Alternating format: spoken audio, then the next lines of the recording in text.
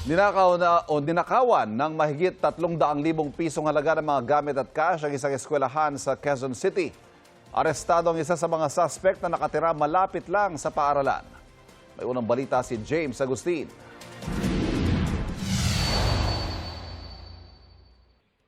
Inakyat ng isang lalaki ang railing sa loob ng eskwelahan sa barangay sa Uyo, Quezon City pasado hating gabi nung Sabado.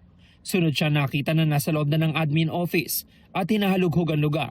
Nahagip din sa CCTV ang kanyang kasabwat. Ayon sa pulisya, umaga na madiskubre ang pagnanakaw sa paaralan.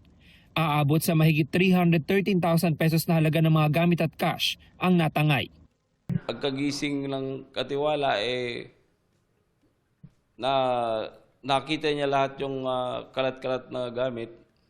Kaya inireport sa amin himpilan ang pangyayari. Sinira yung pintuan ng admin at nagkalkal, hinaluglog, kinuha yung mga mahalagang gamit, cellphones, hard drive, pera, cash na pampasahod sa mga guro.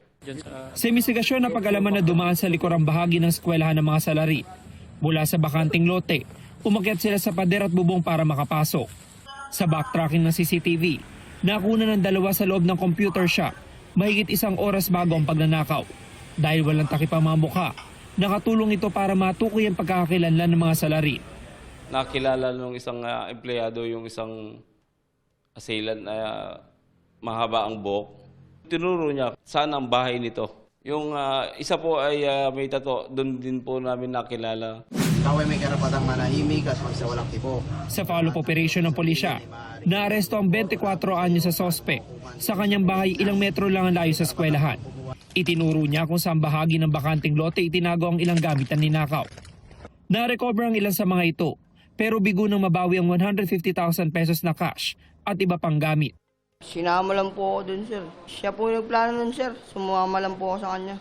Patuloy na tinutugis ang pulisya ang isa pang sospek. Sinampahan ang dalawa ng reklamong robbery. Ito ang unang balita. James Agustin, GMA News.